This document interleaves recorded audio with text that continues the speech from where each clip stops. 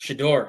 So if you watch that, man, that was really impressive. I was I was blown away by it. And again, I don't want to say blown away, but I'm not shocked. So after it happened, I was looking at it going, this is not shocking whatsoever to me. We know why he slid in the draft. Again, it had nothing to do with the play on the field.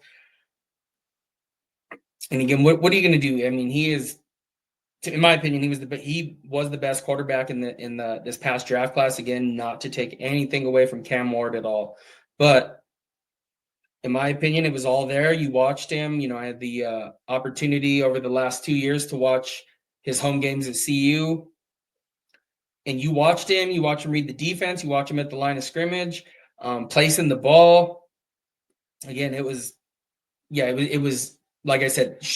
Travis Hunter was on a whole different league. Him and Shedeur. You just knew that those two were the two best players on the field when the offense was out there. And then again, Travis on defense. It was pretty clear. I liked what Coach Prime said. I think it said, "Now what?" or "What now?" Something like that. But again, absolutely. And then Shedeur after the game went up to Tony Grossi, I think is his name, a reporter for the Cleveland Browns. And they had a conversation about it, and this is the same guy. I don't know if you all have seen this, that Baker Mayfield walked out of a press conference on and was like, "What do you like? You're asking me this question? Like, dude, I just told you the answer here." And Baker Mayfield was kind of, looked like he wanted to call him some other names, some choice words there. But yeah, this is that same guy. So again, but the best part about it was Shedeur. He, and then started, joking and trying to laugh with them, telling them I didn't do nothing, and again, he didn't. And for some reason, Shedeur gets this rap. He is a fantastic young man. A story of mine is his last home game. We were there, walked, at the end of the field. I don't know if you guys seen Shedeur walk towards the fans. And my son got his, Shedeur actually handed my son his game used towel, which was awesome. The whole ride home. I mean, right as soon as we got out of the stadium, my out of Folsom, my son looks at me, who is 7 years old, and says, "Hey, what was your guys' favorite part of the season?" Like, my wife and I looked at him like, "Yeah, I'm pretty sure we know what you're going to say here. So I don't know, what was yours?" And he's like, "When Shedeur gave me his towel within minutes," and he was lit up the whole ride home, the whole walk back to the car from Folsom.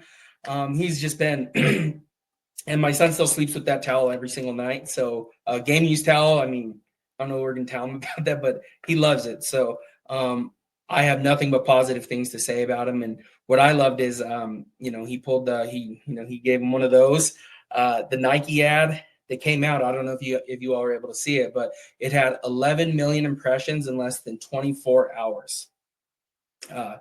That's 4 times more impressions than they typically receive for even their most popular post.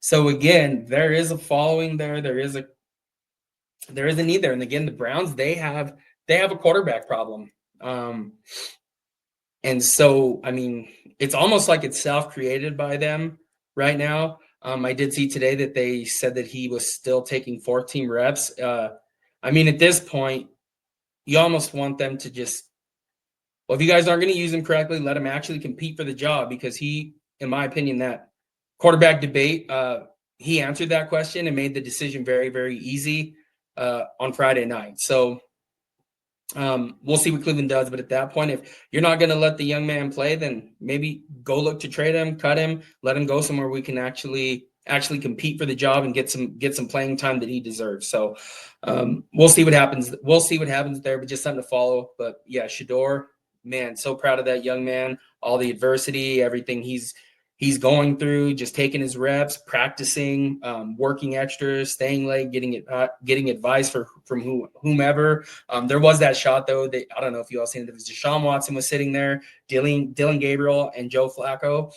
Joe Flacco was smiling, from ear to ear. Other two, not so much. And again, no shots at Deshaun Watson or Dillon Gabriel. They could have caught him at the wrong point, whatever it may be. But it was just telling who was the vet in the locker room at that point. But again, fantastic fantastic young man, fantastic human. And again, if you don't know what Shedeur does within the communities that he is in, just start, Google that right quick, follow him on Twitter or whomever. You'll always see he's doing something with the youth. So fantastic young man. Again, my family and I have nothing but respect him. And again, somehow this gets to Shedeur. Thank you so much. My son appreciated that. So, but his stat line was 14 for 23, 138 yards, 2 touchdowns, and 106.8 QB rating.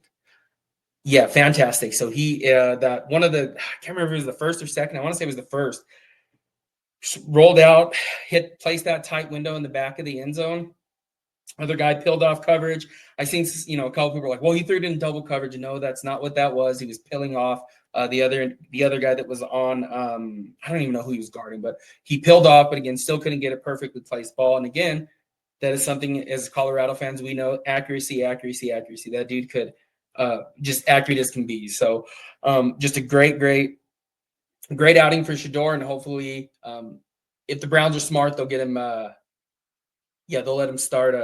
He should be the starter moving into Week 1, and probably not even have to touch the field in preseason again. All right, so.